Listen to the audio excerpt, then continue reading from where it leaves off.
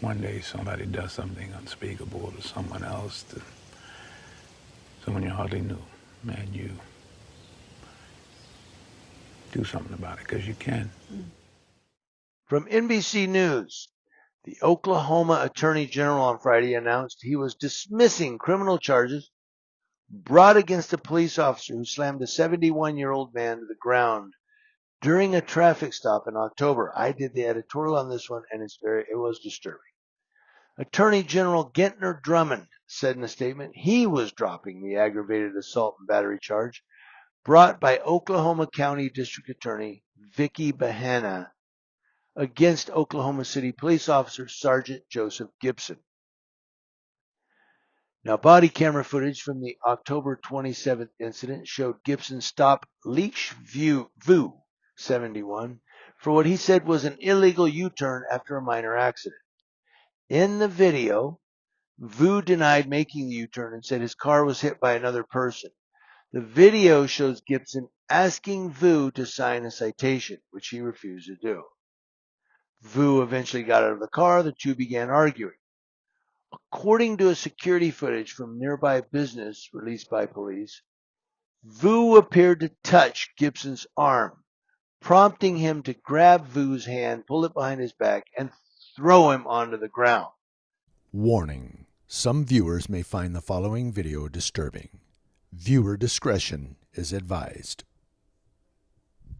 Now, we told you last month that an Oklahoma City police officer was put on leave after the 70-year-old man was hospitalized. Within the last hour, police put out two different versions of that incident, one of them being this body camera video that you're looking at. The other is surveillance video from a nearby business. Now, in the body camera, you can hear the man arguing with the officer about the ticket that was being given after a traffic crash. Then the man touches that officer's vest and tells him to shut up before the officer takes him down to the ground. Here is part of that exchange. Yeah, that's what you're supposed to do. The way where your vehicle was located, your vehicle was not like that. Sit up. No. You sit up. Get on the ground. No. See, sir. No. Tell anh ambulance. Anh đánh nó, đánh lại. I need the ambulance. Yeah, I'm gonna call an ambulance. Okay, what you're looking at here is another view. It's hard to watch of that takedown. Police said that man lost consciousness when he hit his head on the pavement. The family says that man is still in the hospital nearly 2 weeks after this incident. The video footage showed Vu hit the pavement head first.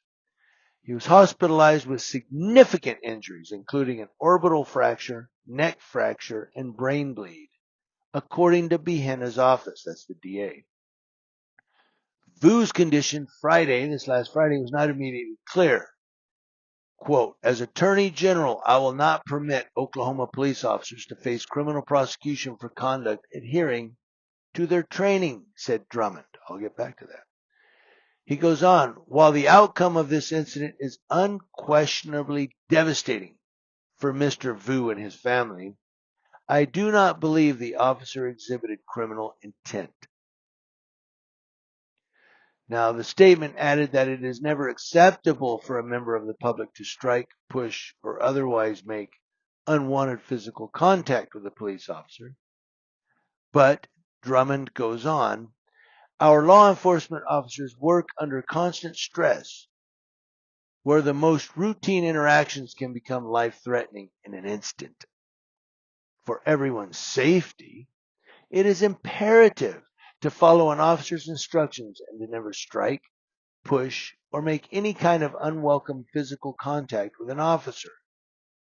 The simple truth is, this unfortunate incident never would have occurred if Mr. Vu had kept his hands to himself, says the Attorney General Drummond. Now, despite the charge being dropped, the Attorney General said the incident is still being investigated internally and could result in non-criminal forms of accountability for Sergeant Gibson. Yeah. Stop it, Sarge. Okay. In response, DA Bahana said she is surprised and disappointed that the Attorney General took this case away from my office and the citizens of Oklahoma County. Yeah, who is he, the Attorney General? The statement from Drummond's office noted that he entered an appearance in the case on Monday, effectively taking over the prosecution. The Oklahoma City Fraternal Order of Police, remember it's a fraternity, said in a statement that it agrees wholeheartedly with Drummond's reasoning and determination that this was not a criminal act. Quote, no officer wants to see anyone injured. However, our members often have to make split-second decisions, and they cannot control the outcome of every situation, said the Fraternal Order of Police. They go on. Unfortunately, when someone resists law enforcement, they increase the risk of harm to themselves or others, end quote. Now the group, that's fraternity, added that it was unreasonable to charge him with any crime when he was following his training. Go on. I'm going to get back to that. Gibson's attorney, former Attorney General Mike Hunter, said in a statement to NBC affiliate KFOR of Oklahoma City that the decision to drop charges against his client was reasoned and correct. The Attorney General's statement of support for the complex decisions Sergeant Gibson, his fellow Oklahoma City PD officers, and law enforcement officers around the state must make is acknowledged and appreciated, said the attorney. Vu's daughter did not immediately respond to a request for comment. The Vietnamese American community of Oklahoma, which had been in touch with Vu's family, did not immediately respond to a request for comment Friday night. A couple of things and I'm done. Listen, real quick. First of all, who's the Attorney General? Like, who is this guy to take the case away from the district attorney? Like, I mean, I get he's the Attorney General of the state, and he's the Attorney General. I get that, and he can do investigations and come down and look into things. But who is he to take away a case, a prosecution from a local district attorney? I don't know. To me, that just seems somewhat tyrannical. You know, almost like Caesar saying, I'm the emperor, and I'm taking control of this in the city of Rome. You know, whatever. The second thing, they keep saying that he was just following his training. Just following his training. Well, yeah, okay, but not really. According to me. I don't know. I have never been through police academy in Oklahoma City. Don't know what it's like. But I'll say this. I went through the police academy through the it was offered through Central Texas College, CTC. And I was in Killeen, Texas. I was at Fort Hood at the time in the Army. And I was considering law enforcement, which today I would never consider it. But back then I was, you're in the Army, you're a hard charger. I was a sergeant. Yeah. And I wanted to be a cop. And so I digress. But so I went to this police academy through the college. It was an actual police academy. We had actual cops coming in as our instructors, guest speakers. And I made level 1 peace officer in Texas. I scored in the high 90 percentile, which meant I could go out and become a reserve cop until I passed level 2, and then level 3, you became a cop. It may have changed now. This was way back in 98. Yeah. But it was called T-Close at the time. I understand the state certification now has a different name. The commission has a different name. But I also went through PC 832 in California, which is the powers of arrest. I did that through the police academy out here in DeVore, California. I went through that, the powers of arrest. And to be an animal control officer, I had to go through that course. Both courses, the police academy level 1 in Texas and the PC 832 out here in California, I learned that through the use of force, you always match force. You always match. That's what they taught us in both police academies. They taught us on use of force. Always match the force. So Vu grabbed him. Okay, the guy was wrong. You don't grab a cop. I understand that. Although this is for cops too. I once was on a cop watch and a CHP guy got upset because I was too close. I was like 20 feet away, 22 feet away, something like that. I was at a considerable distance, but he got mad because I was standing behind him, like 20 feet away, and he walked all the way over. He had to walk to me.